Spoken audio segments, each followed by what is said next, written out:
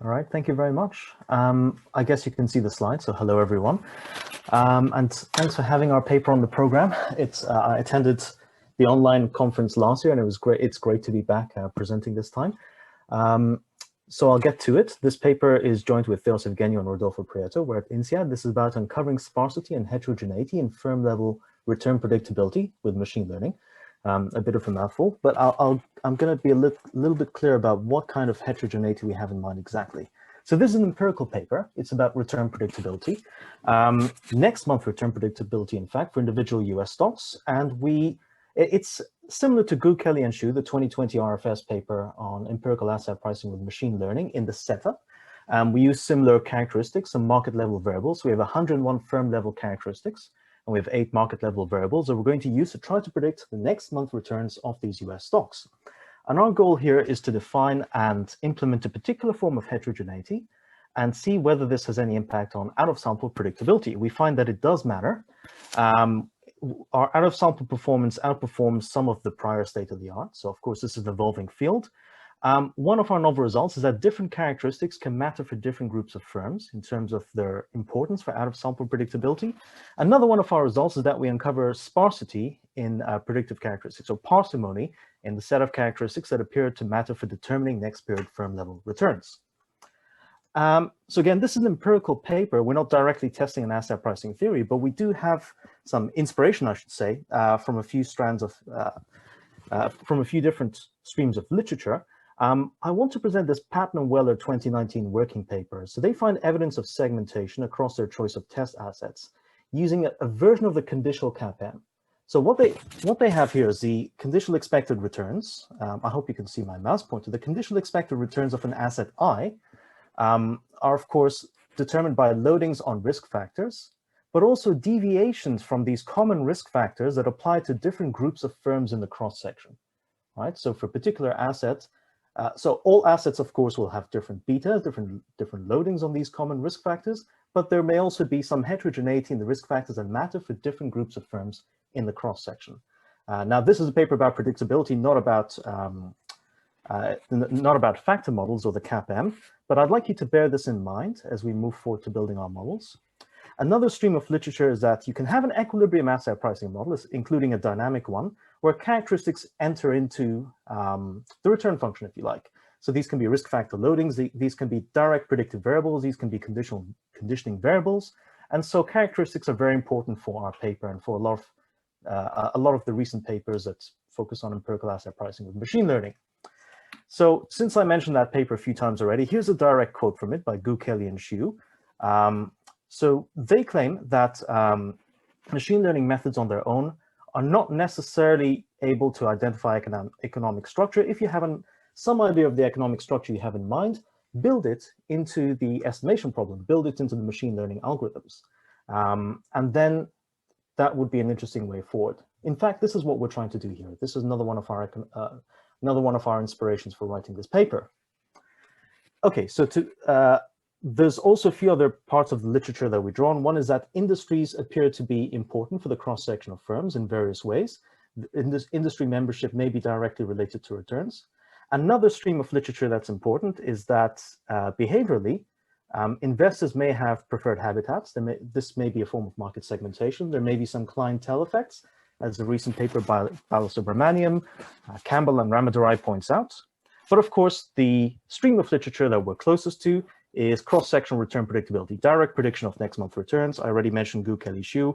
Freiberger, Neuhel, and Weber, also an RFS 2020 paper, is also similar. This is hard. So it's a very hard problem to do. It's hard to get a good out-of-sample R-squared value, and I'll talk about that a little bit later. And to make sure we're exactly on the same page, we have a number of firms in the cross-section. We have some predictive variables, which I'm just going to call C, characteristics, and we want to use that information to predict next month returns. Now, of course, how do we do this prediction? What's the functional form that this should take? This is open to debate. This is open to exploration, and that's what we're trying to do here. The simplest possible form that a predictive function that relies on firm-level characteristics and other characteristics, market-level variables, can take, the simplest possible form is a linear model. It's a linear functional form. In fact, these can arise out of equilibrium models as well. So if you have a linear functional form in the current literature, We call this a pool model because let's say you have this characteristics vector, CIT. The coefficients on these CITs are common to all the firms in the cross-section. So if you have a linear functional form for this predictive,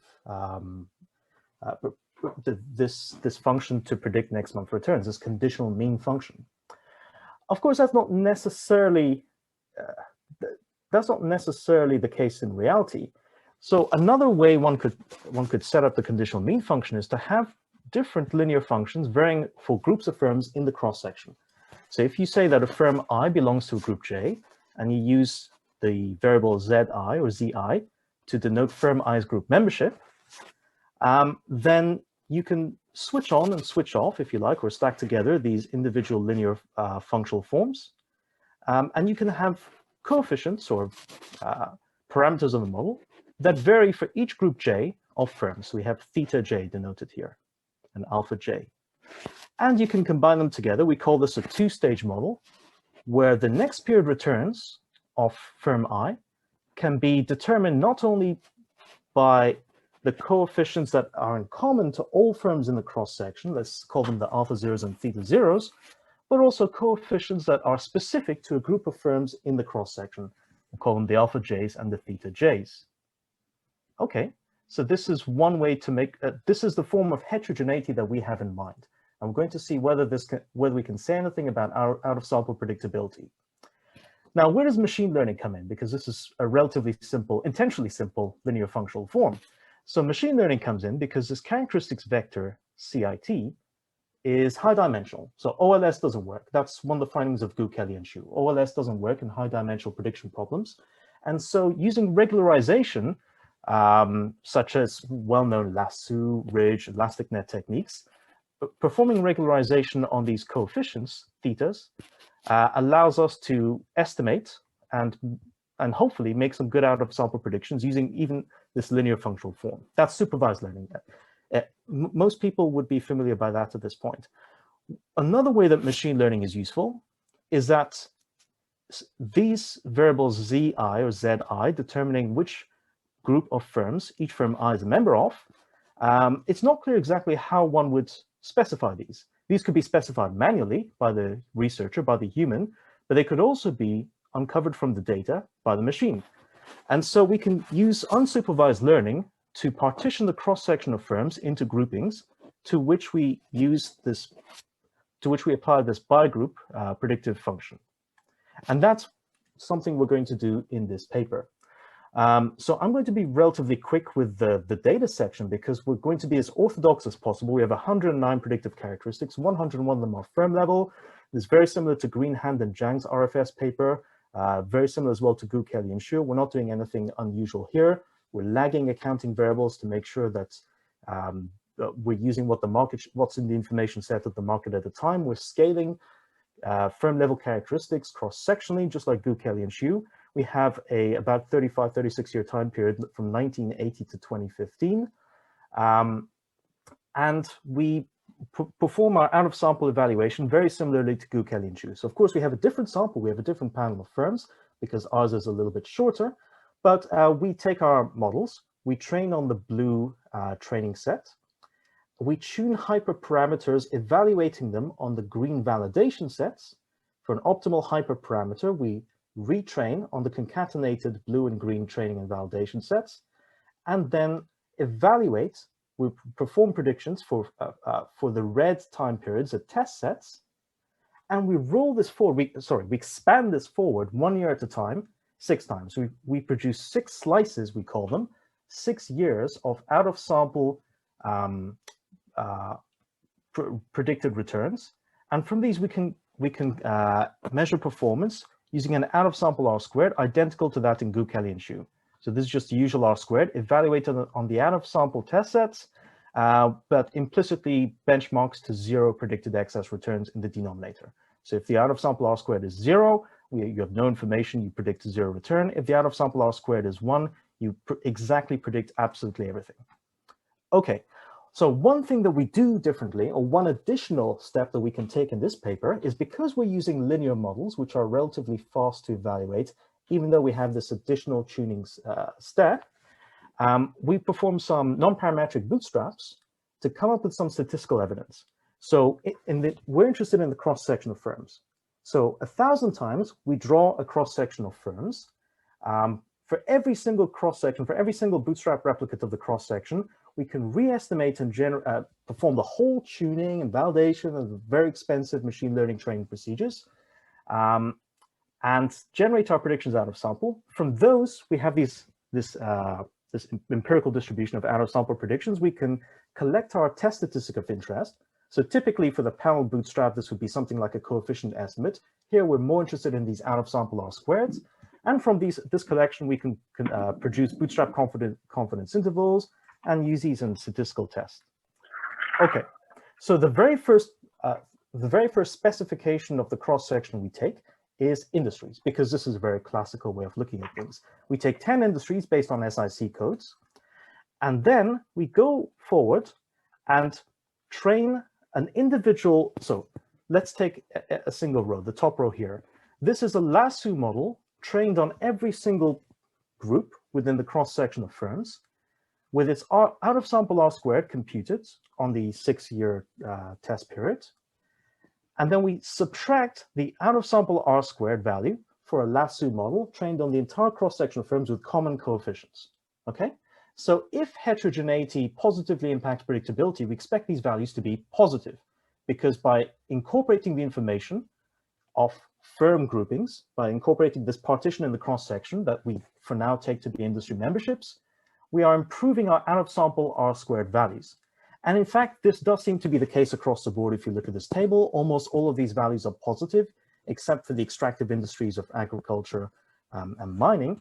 And for all the values that are, so we have smaller samples here because we're focusing on individual groups, but for all the values that are statistically significant based on the bootstrap resampling done 1,000 times, they're positive too. Okay, so we've taken one specification of predictive heterogeneity in the cross-section.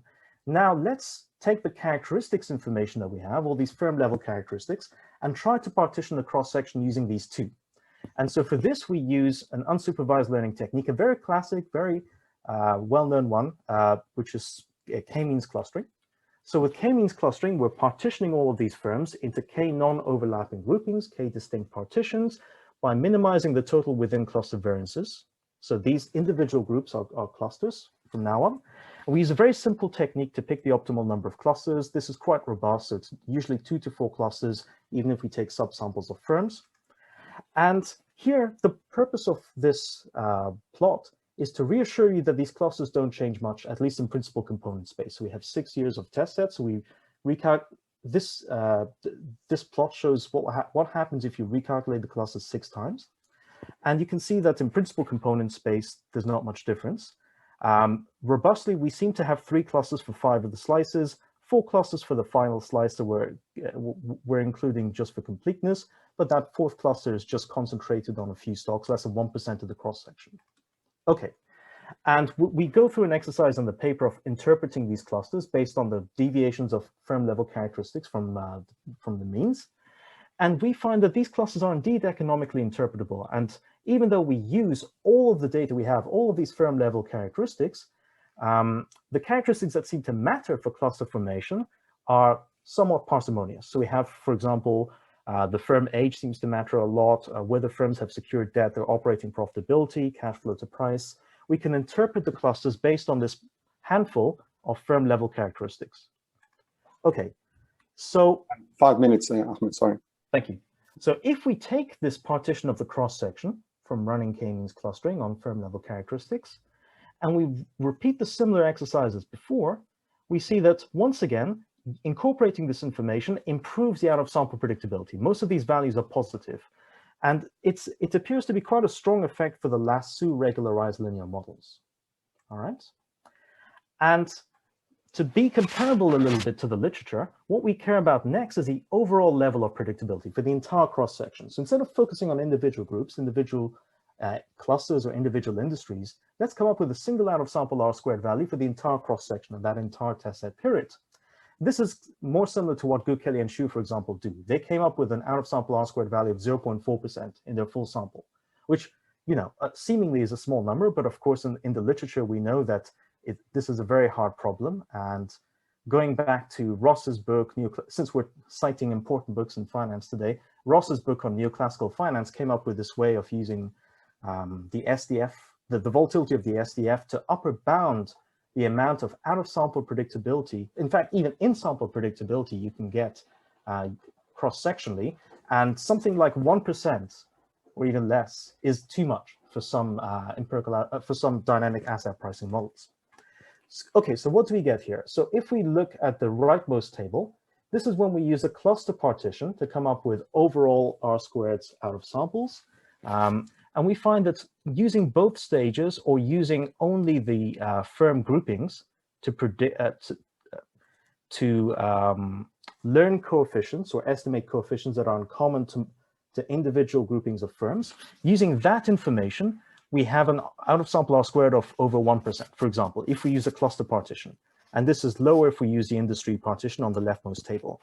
And this isn't concentrated in only small firms or anything. We have results that show the opposite. And so if you want to see whether the cluster partition or the industry partition is more useful, and remember that both a priori, we didn't have a good prior on which one would be more useful, because one of them is a human specified partition, another is a machine specified partition. If we use a machine specified partition through k-means clustering on firm level characteristics, the Lasso regularized models appear to have a significant and strongly positive incremental out-of-sample R² on the overall cross-section.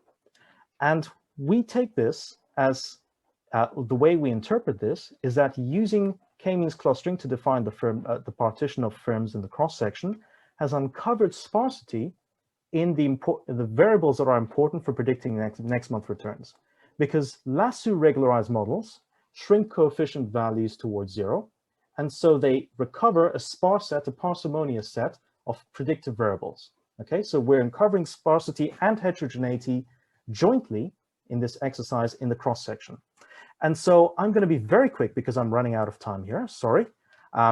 These Lasso regularized models can be interpreted directly in terms of variable importance, because they only use the variables that they select. Everything else is set to 0 and completely ignored, which is a little different to the exercises undertaken by Gu, Kelly, Xu, and even Freiberger, Neuhierl, and Weber, even though they use a different version of the Lasso. And here we find that the variables that the Lasso appears to select for us are price-based measures, are not price-based measures like momentum, unlike Gu, Kelly, Xu, Freiberger, Neuhierl, and Weber. They tend to be lower frequency accounting and analyst-based predictions. Importantly, though, characteristics can matter not only as direct predictors of next month returns, but also for forming the firm groupings. So the characteristics I highlighted earlier that determine cluster memberships are not necessarily the same as the characteristics that determine next period returns. So again, I'm going to be very quick over here. The sparse by industry models didn't necessarily perform well compared to non-sparse ridge regularized models. And so we can see here that it's a little bit of a mess if we focus on which characteristics appear to matter to individual groupings, to individual industries. But if we look at sparse by cluster models, where we took the cluster partition of firms inferred using k-means clustering, there's a very parsimonious set of characteristics that seems to matter for predicting next month returns. And this is why I said that these appear to be low frequency accounting and analyst related characteristics mainly. This is a summary table. So at for an individual cross-section of the firms, for an individual snapshot, the characteristics that are taken to predict, the characteristics whose coefficients are not 0, right, may indeed vary from one year to the next.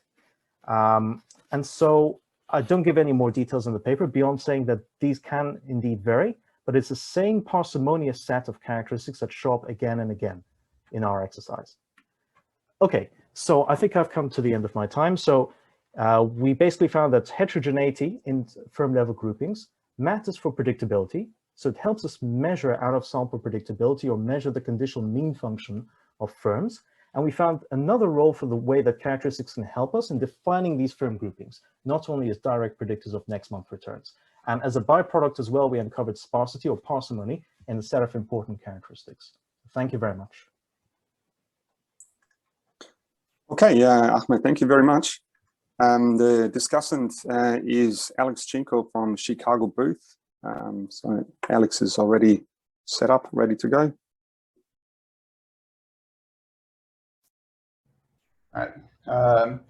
So cool. Thanks so much for having me for discussion. So this is an interesting paper. There's basically two things I want you guys to sort of take away here. So first thing is, if you go and you read through how the existing literature talks about, why you would want to go and use like machine learning methods to go and look for risk factors, this exercise is utterly natural. It makes a lot of sense. It's like very straightforward. So let me first, walk you through what they do and sort of how they're thinking about it. So I don't know, Ahmed talked a bunch about this Gu, Kelly, and Shu paper. They also cite this, summary article from Andrew and Stin. This article basically says, look, one thing you might want to go do with these methods is go and try to search out the most relevant, risk factors, right? And they sort of, this is the first, 2 paragraphs of their paper, and they talk about this as well, right? And so here's the basic problem they're thinking about, right? You got some returns, right? Each asset N has a different return. It's in the future. There's a bunch of predictors you can observe today. There's P of them, I'm going to call it number of predictors. Each of these, some of these predictors are going to have, factor loadings, and some of them are going to not matter.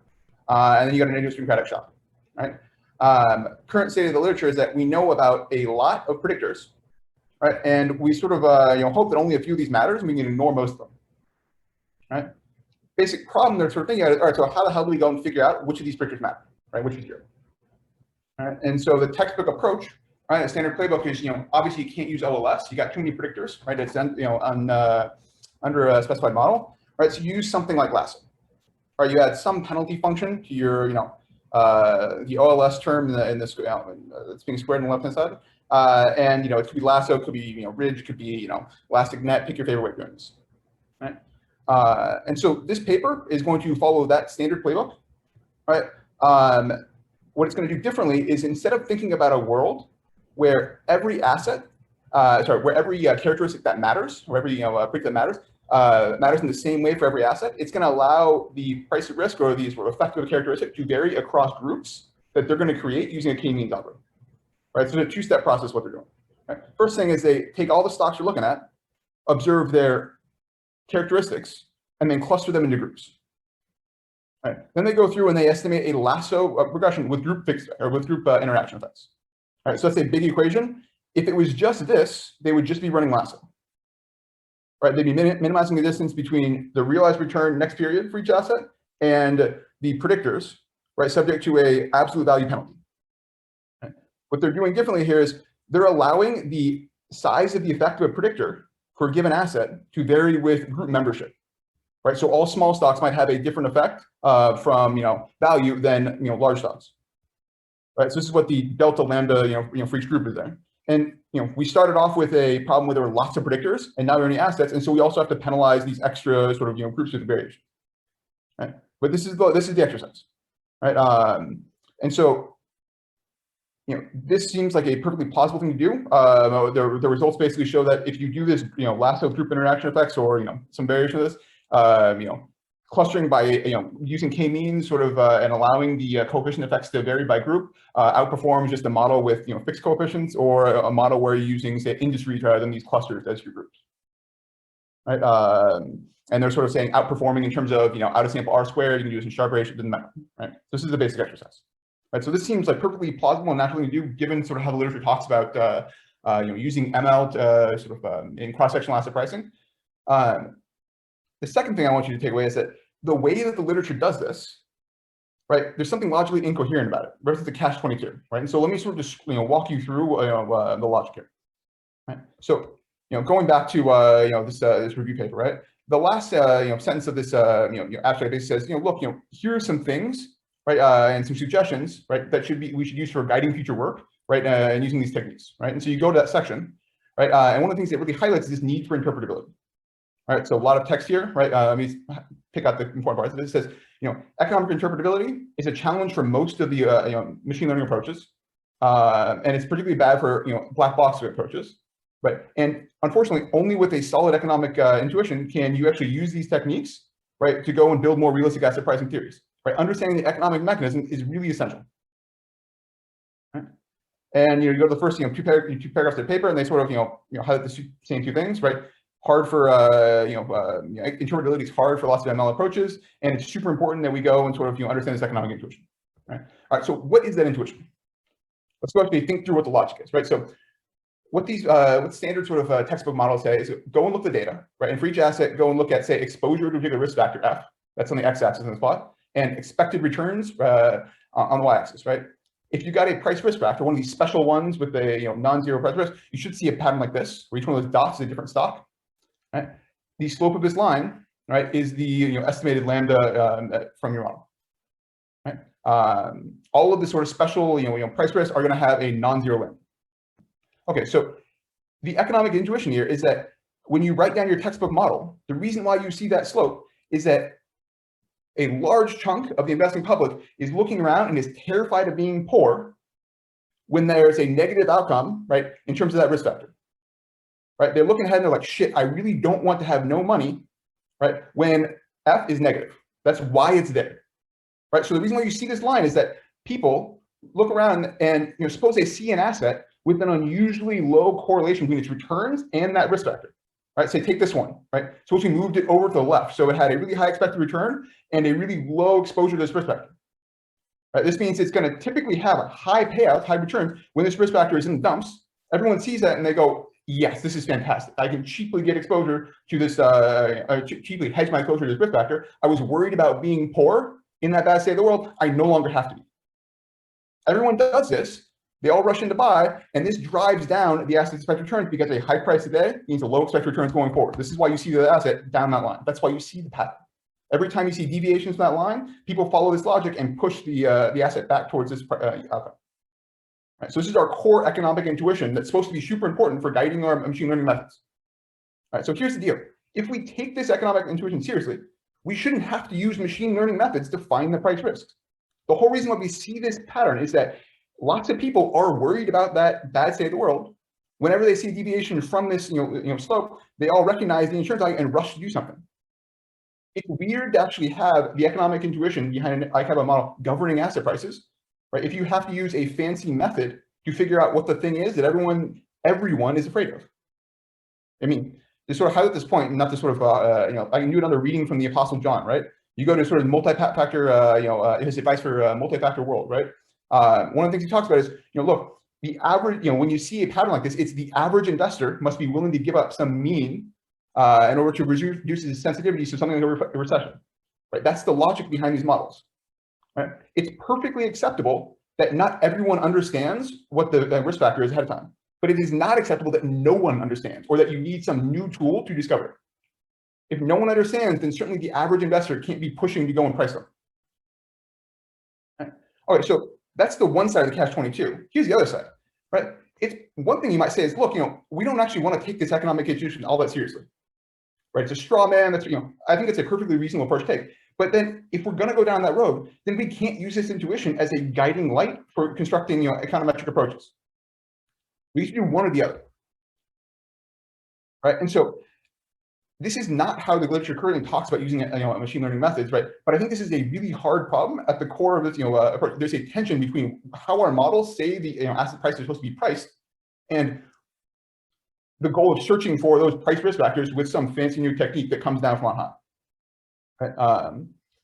And so if I were to sort of think through, right, and go back to this article and say, all right, so what would be something that would be a suggestion for guiding future work and sort of using these techniques is that, well, if you were in a world right, where the market is governed by an ICAPM type model, right, well then we shouldn't have to use these fancy methods. But differently, if before some machine learning method, some new technique was discovered a year from now, if until then no one has any idea what the relevant price risk factors are, well then those things might be important, but they're not important for the reasons in an ICAPM type model. Right? We've got to start from scratch and think more carefully about what the actual asset pricing principles are that are at work in the market sort of determine prices. Right? One thing I want to sort of highlight is that, well, this is true when we're thinking about this particular kind of model, right? Where prices are moving around, right? Well, where two assets have different prices because people are thinking about their exposure to these different risks and trying to sort of adjust their portfolios accordingly. Right? There are other kinds of asset pricing settings where we don't have to worry about the same critique. Right? Think about a world where you think the relevant factors are a bunch of behavioral things where people by definition, aren't supposed to be aware of, otherwise they fix the problem. Alternatively, think about a world where you're looking at a really fast horizon where people aren't actually using the same logic. Minute by minute returns. Well, I don't actually think those are being governed by people's, risk aversion preferences, precisely because, if you take it to the extreme, right? What does it mean? If you're thinking about second by second or millisecond by millisecond, if you can't evaluate risks at that horizon, well, we don't have to worry about the same critique, right? There are better places and worse places to apply these methods, and it seems like the cross section of monthly returns, right, using our textbook logic, textbook model logic, is kind of a bad place to do this. Right, so this is thing two. So what I want you guys to remember is this paper does a really natural thing, right? If you go and you read through sort of how the how the apostles of our literature go into to describe why you might want to one reason why you might want to go and use machine learning methods in cross-section loss pricing, right? Paper super well executed. Oftentimes when you read about a new sort of one of these techniques, it's really complicated. This was very straightforward. There wasn't a whole bunch of extra jargon involved. It was great. The premise is utterly sensible given this conventional wisdom. But this wisdom overlooks something, right? If you take seriously the models, right? If you do what all the papers say you're supposed to do, right? Then it's puzzling that we have to use these fancy techniques to find the relevant risk factors, right? If we don't want to take those models seriously, that's also fine. But then let's take the gloves off and actually use more fancy methods. Right, there's no reason to use economic constraints if we're not going to take those models seriously. And so that's what I got. I think I'll end a little bit early.